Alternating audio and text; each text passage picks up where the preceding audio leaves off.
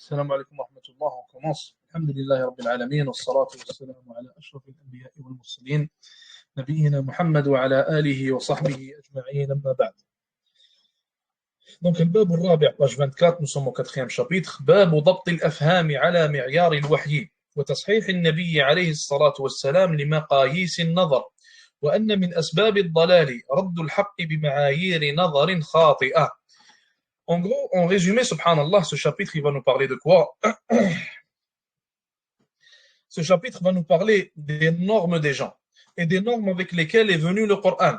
Et ce qu'on va voir, Inch'Allah Ta'ala, dans ce chapitre, c'est que parfois, les normes des gens, les normes des populations, les normes des gens d'un certain pays, des fois par exemple, vont être contraires aux normes avec lesquelles est venu le Coran. Sauf que le musulman doit corriger ses compréhensions et sa manière de voir les choses et ses standards ainsi que ses normes, et il doit s'adapter aux standards et aux normes du livre d'Allah subhanahu wa ta'ala. C'est ça qui est voulu par ce chapitre-là.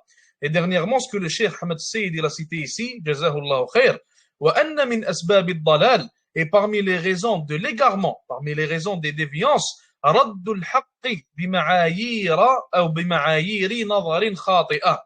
Parmi les causes de déviance, il y a le fait de rejeter, de ne pas accepter la vérité à cause des normes que nous possédons, des normes avec lesquelles nous avons grandi, de ce qu'on a appris durant notre enfance qui est contraire à la religion d'Allah Azza wa Jal. Et combien de gens au jour d'aujourd'hui, tu vas les voir maintenant leur citer ce qui est cité dans le Coran, ce qui est cité dans la Sunna, et il va te dire, mais moi je n'ai pas grandi avec ça, c'est pas l'islam qu'on m'a appris. Il va te dire, tu es venu avec une nouvelle religion. Il va te dire, la religion d'Allah Azza wa Jal, ce n'est pas ça. Tu es en train d'inventer, d'innover des choses dans la religion. Si on prend un mithal, par exemple, avec le niqab, certaines personnes pensent que le niqab ne fait pas partie de l'islam. Ils pensent que le niqab, il fait partie de l'invention des wahhabis, comme ils le disent. Ils pensent que le niqab est une invention d'Arabie Saoudite. Parfois, certains le disent. Donc, ici, on a eu une dispute, entre parenthèses, entre les normes avec lesquelles cette personne, cet individu a grandi et avec les normes islamiques. Et il pense que les normes avec lesquelles il a grandi sont les normes islamiques. Donc, ça va le pousser à rejeter la vérité qui fait partie du Coran, qui est dans le Coran et la Sunna, à cause de ses normes, de ses standards, de sa compréhension, de ce qu'il a appris. Et dans le Coran, d'ailleurs, combien de fois est-ce qu'Allah Azza wa Jalla a cité la parole des mouchriquins? Allah subhanahu wa ta'ala, il a dit هَذَا مَا وَجَدْنَا عَلَيْهِ آبَاءَنَا الْأَوَّلُونَ. Les mouchriquins, combien de fois est-ce qu'ils ont dit ceci, cette voie-là est celle sur laquelle nous avons trouvé nos grands-parents. C'est celle sur laquelle on a trouvé nos parents, nos grands-parents, notre famille, notre tribu, notre peuple. Alors comment est-ce qu'on va accepter ce que tu es en train de nous dire? Donc à cause de ces normes-là, à cause de cette compréhension et cette manière de voir les choses qu'on leur a inculqué depuis l'enfance, ils ont rejeté l'islam et rejeté complètement la religion d'Allah Azza wa Jalla, la religion de la vérité. Premièrement, le cheikh cite certains versets, on va les citer Inch'Allah Ta'ala, puis après on va essayer de commenter, parce qu'Allah Azza wa Jalla nous permet de commenter. Awalan, premièrement, qawm Nuh, le peuple de Nuh, ils ont dit قالوا أنؤمن لك واتبعك الأرذلون. Ils ont dit à Nuh alayhi salam, est-ce que tu veux qu'on croie en toi? Comment est-ce qu'on va croire en toi? واتبعك الأرذلون, alors que ceux qui te suivent, tes suiveurs, sont les pires des gens, sont les gens les plus bas de la société, les gens qui n'ont aucune valeur dans la société. Et le peuple de Shu'aib, ils ont dit وَإِنَّا لَنَرَاكَ فِينَا ضَعِيفًا. Donc ils ont dit à Shu'aib alayhi salam, à leur prophète, et nous te voyons comme un faible parmi nous. Nous te voyons comme un faible parmi nous. Les enfants d'Israël, ils ont dit قالوا أن يكون له الملك علينا ونحن أحق بالملك منه ولم يؤت سعة من المال. Donc ils ont dit à propos de Talut, comment est-ce qu'il va être un malik, un roi sur nous? Comment est-ce qu'il va être notre roi? Alors que nous avons plus de droit à la royauté que lui. Et après, ils ont expliqué pourquoi est-ce qu'ils pensent comme ça. Donc, ils ont clarifié leurs normes. Ils ont dit وَلَمْ يُؤْتَ سَعَةً مِنَ الْمَالِ. Ils ont dit, et il n'a pas beaucoup d'argent. Il n'est pas riche, ce n'est pas quelqu'un de riche. Donc, chez eux, les normes, c'était que l'homme qui doit être roi doit être riche. Ça doit être l'homme riche. L'homme qui a droit à la royauté, c'est le riche. Donc, la richesse, pour eux, c'est ce qui fait de toi un noble, ou alors ce qui fait de toi le contraire d'un noble. وَقَالَ مُشْرِكُوا قُرَيْشٍ. Et les mouchriquins de Quraysh ont dit وقالوا ما لهذا الرسول يأكل الطعام ويمشي في الأسواق لولا أنزل إليه ملك فيكون معه نذيرا. Ils ont dit, qu'est-ce qui arrive? Comment ça se fait? Est-ce que ce messager mange de la nourriture comme nous et il marche dans les marchés comme nous? Si seulement un ange était descendu avec lui pour être un avertisseur avec lui, pour venir avertir avec lui. Ça veut dire que la norme d'Allah subhanahu wa ta'ala dans ce cas-là, c'était qu'il envoie à chaque peuple un messager qui est comme eux et qui fait partie d'eux et qu'ils connaissent. Donc un être humain premièrement, un être humain qui fait partie de ce peuple-là deuxièmement, et un être humain connu parmi eux. C'est quelqu'un qu'ils connaissent. Le Nabi alayhi salatu salam, il était connu par ces gens-là. Il était connu pour sa confiance, il était connu pour sa bienfaisance, il était connu pour ses bons comportements et bonnes caractéristiques. Donc ça, c'était la norme d'Allah Azza wa Jal. Et eux sont allés au contraire de la norme d'Allah Azza wa Jal. Ils l'ont contrarié en disant que normalement, c'est un ange qui est envoyé vers nous. Allah Azza wa Jal, sa norme, c'est d'envoyer un humain. Et eux, ils ont dit, on a besoin qu'un ange soit envoyé vers nous. Ou alors, on va pas y croire. Donc, selon leur compréhension, si ce n'est pas un ange qui vient vers eux, ils n'ont pas à croire en ce message-là. Et ils n'y croiront pas. Donc, de là, on voit, subhanallah, comme le cheikh il a dit, que parmi les causes de la déviance, il y a le fait que les normes prennent le dessus et fassent en sorte que la personne rejette le haqq, rejette la vérité à cause de sa compréhension qu'il a eue depuis tout petit. وقال الله تعالى et Allah Azza wa Jalla dit وَلَعَبْدٌ مُؤْمِنٌ خَيْرٌ مِّن مُشْرِكٍ وَلَوْ أَعْجَبَكُمْ. Donc avant de rentrer dans ce verset-là qu'on va reciter Inch'Allah, la première des choses c'est que nous ce qu'on veut c'est que le réformateur comprenne que ce qui est cité dans le Coran n'est pas cité seulement pour être tesliya. Allah Azza wa Jalla ne cite pas seulement ces histoires pour qu'on les lise et qu'on passe du temps. Allah Azza wa Jalla cite ces histoires auxquels les prophètes, alayhimus salatu wassalam, qui sont les premiers réformateurs, ont fait face. Pour nous dire que tout réformateur qui viendra après eux va y faire face. Voulant dire quoi? Voulant dire que toi, le réformateur, quand tu viendras avec le mi'yar d'Allah, avec les normes d'Allah subhanahu wa ta'ala, alors on te fera face avec les normes soit du pays ou alors de l'époque.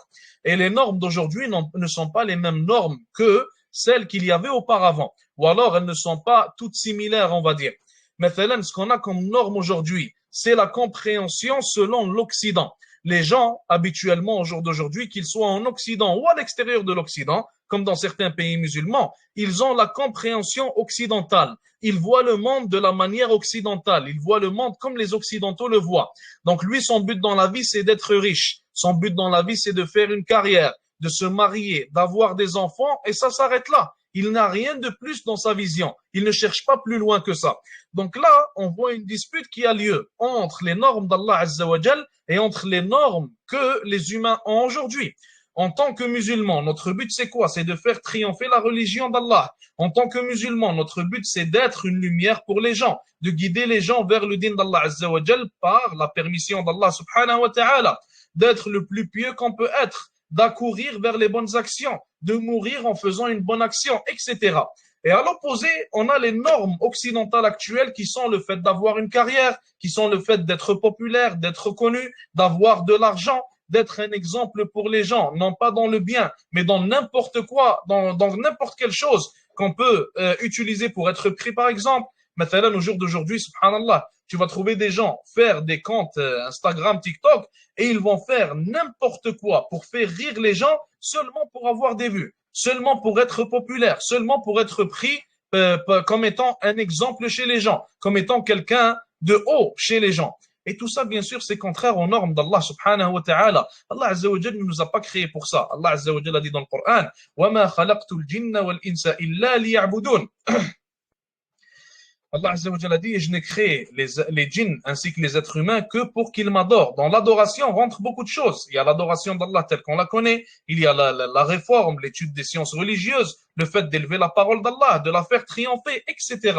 Énormément de choses rentrent dans cela. Et de là, subhanallah, on voit comment sont incompatibles les valeurs islamiques et les normes islamiques, ainsi que les valeurs occidentales et les normes occidentales.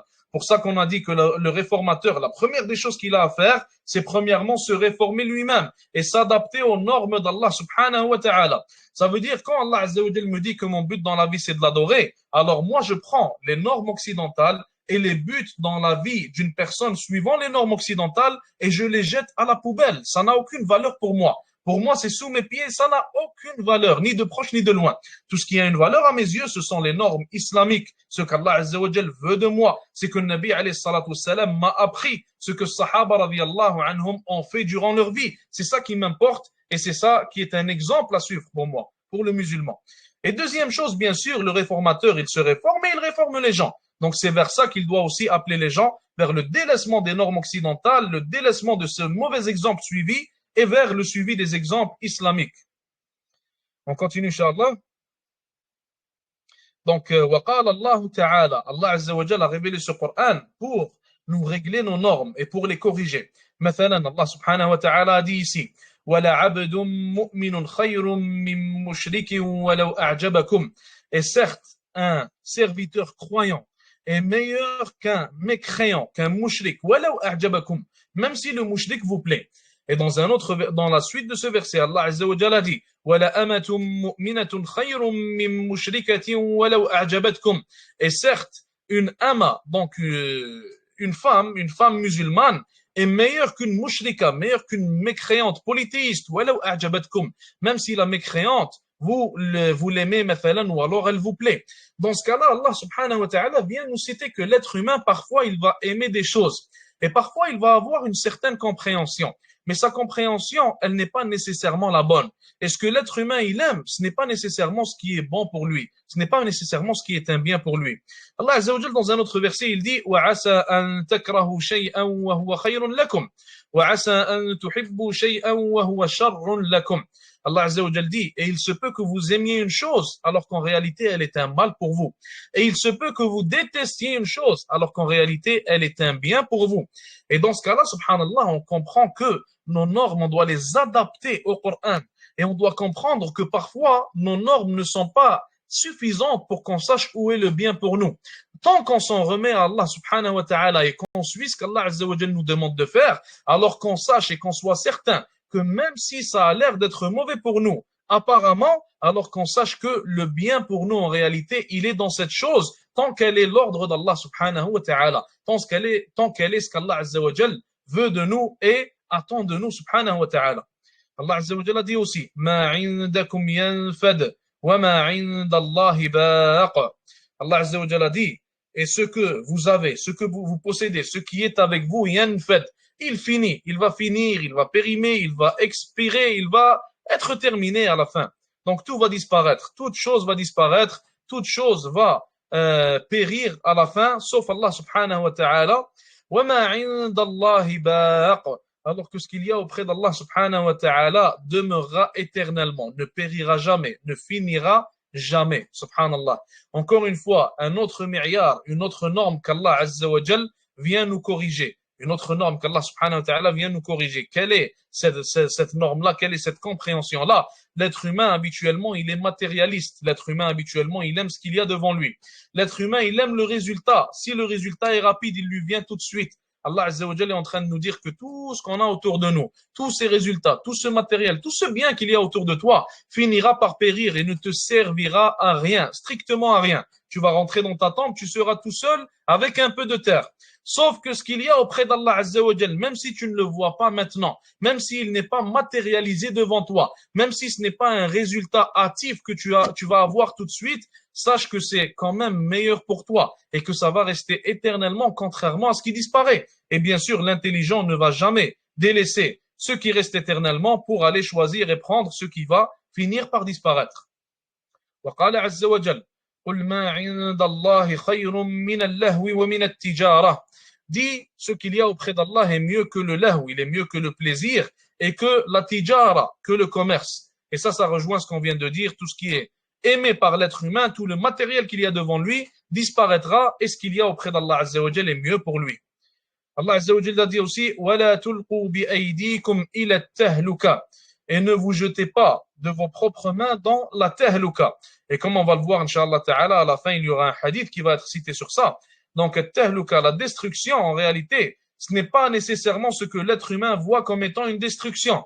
Mathalan, quelqu'un qui va prendre son argent, tout son argent, et le donner fi sabilillah, le donner dans la voie d'Allah Azza wa Jal, comme Abu Bakr il a fait, ce n'est pas une destruction. Abu Bakr il a très bien compris ce concept et il avait les bonnes normes, les normes islamiques, Et il a dit, j'ai laissé pour ma famille Allah et son messager, alayhi salatu wassalam. Donc en réalité de là, qu'est-ce qu'on tire? C'est que la destruction, comme l'imagine l'être humain, qui est la perte d'argent pour certains, la perte de la famille pour certains, en réalité, ce n'est pas elle la vraie destruction. Parfois, la destruction, c'est que tu aies beaucoup d'argent, que tu aies beaucoup de richesse. Parfois, la destruction, c'est qu'Allah Azza wa Jal t'accorde beaucoup de choses.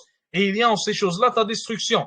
Dans un hadith, maintenant, le prophète, alayhi salatu wassalam, il a dit, Allah Azza wa Jal regarde son serviteur.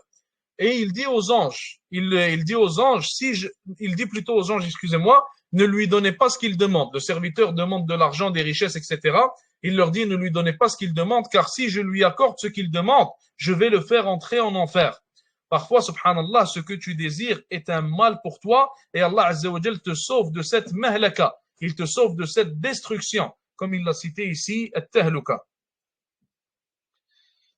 عن عمر رضي الله عنه قال دخلت على رسول الله عليه الصلاة والسلام وهو مضطجع. Il a dit, je suis rentré voir le Nabi alayhi salatu wassalam pendant qu'il était allongé.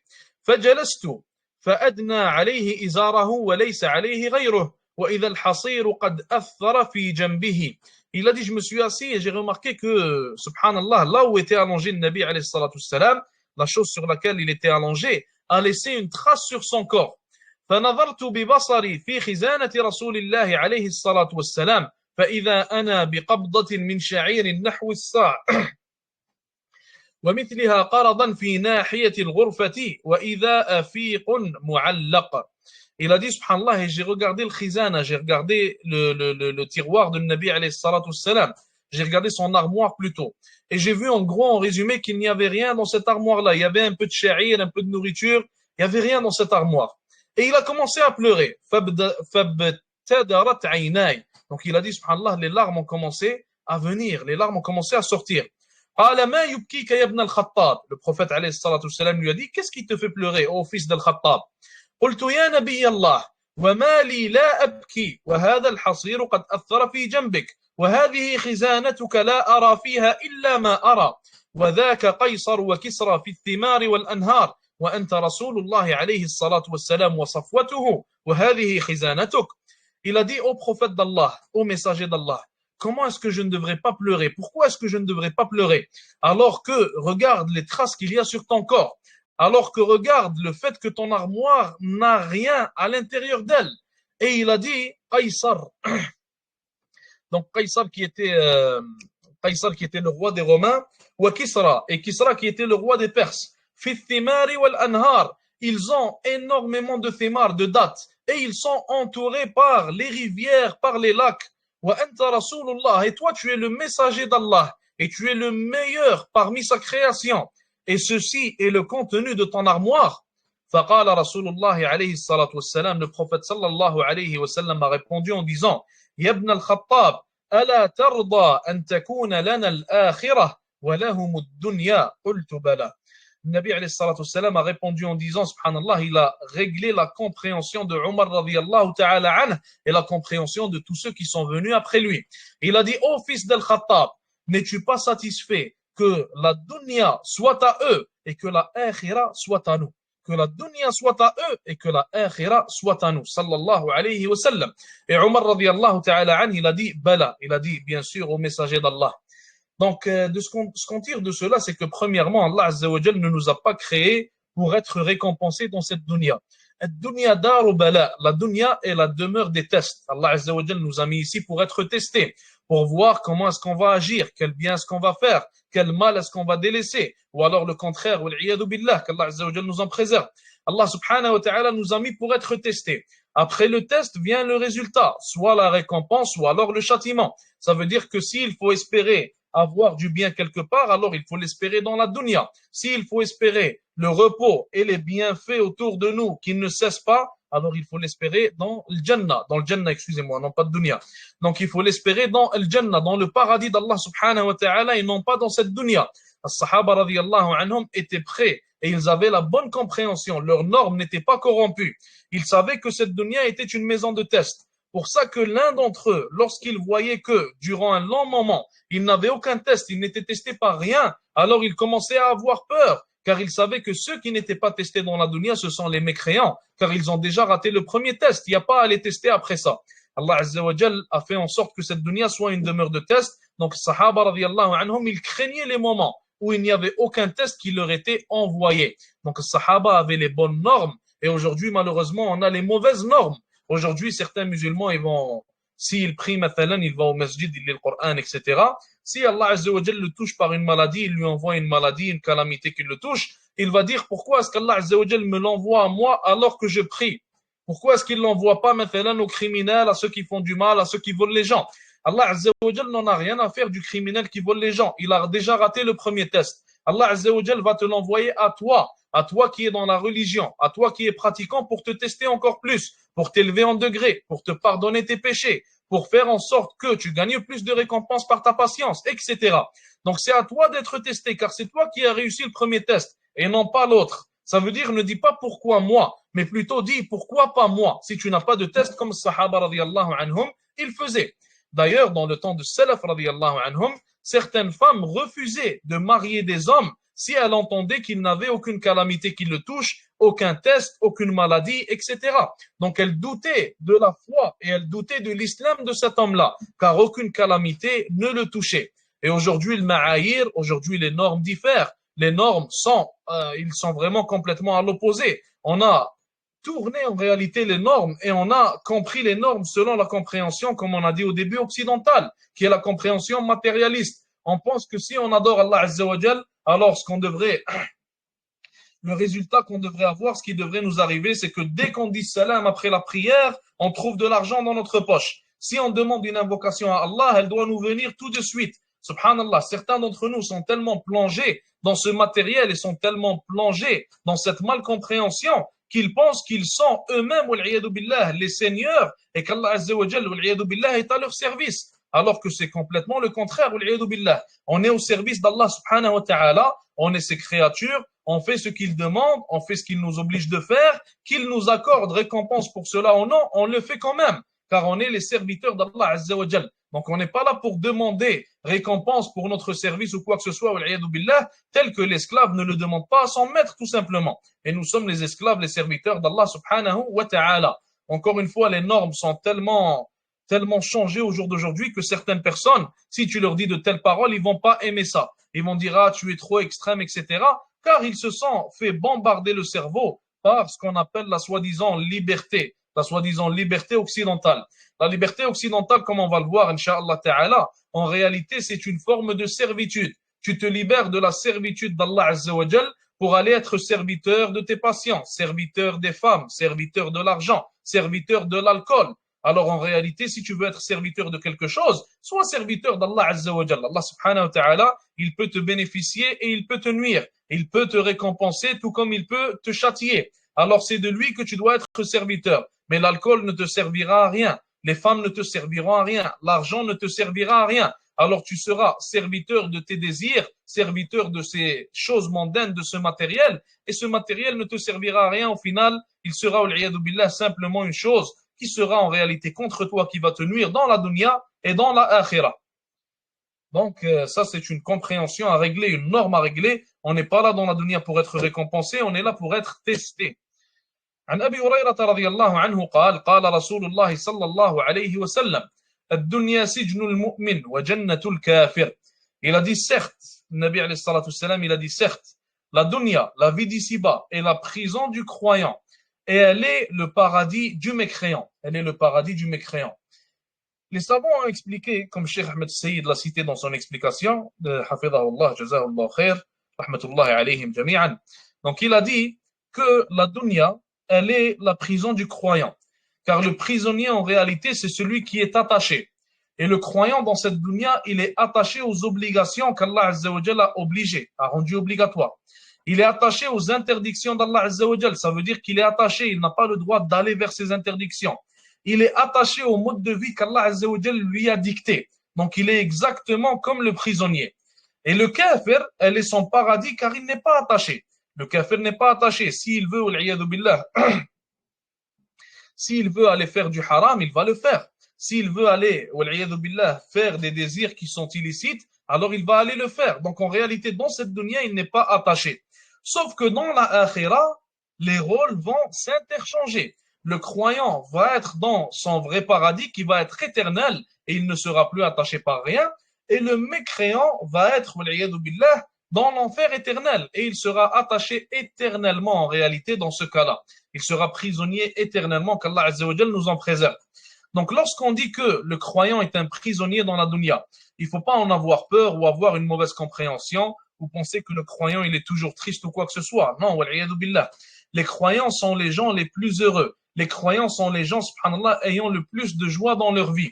Et la preuve, on la voit, subhanallah, quand tu vois les gens qui sont sincères dans leur religion, sérieux dans leur religion, toujours heureux, toujours là à remercier Allah subhanahu wa ta'ala, toujours là à dormir tranquillement sur leurs deux oreilles, malgré les tests qui leur viennent dans leur vie. Et si tu compares ça avec le mécréant, tu vois qu'il est toujours triste, toujours en dépression, toujours ayant des envies suicidaires. Donc, il n'y a aucune comparaison à faire. Ce qu'on veut dire simplement par là, c'est que le croyant temporairement, il y a des choses qu'il doit faire obligatoirement et délaisser car elles sont illicites islamiquement. Ça ne veut pas dire qu'il va être triste ou quoi que ce soit. Au contraire, le croyant est le plus heureux des gens. Et d'ailleurs, il faut savoir que plus le croyant fait des adorations, plus il obéit à Allah, plus il est proche à Allah subhanahu wa ta'ala, plus proche d'Allah azza wa jal plutôt, subhanahu wa ta'ala, plus il sera heureux dans cette dunya ainsi que dans la akhirah. On va s'arrêter là pour aujourd'hui, Inch'Allah. On va continuer au prochain cours. Jazakumullahu khair wa sallallahu wa sallam wa baraka ala nabiyyina Muhammad. Wassalamu alaikum wa rahmatullahi wa barakatuh.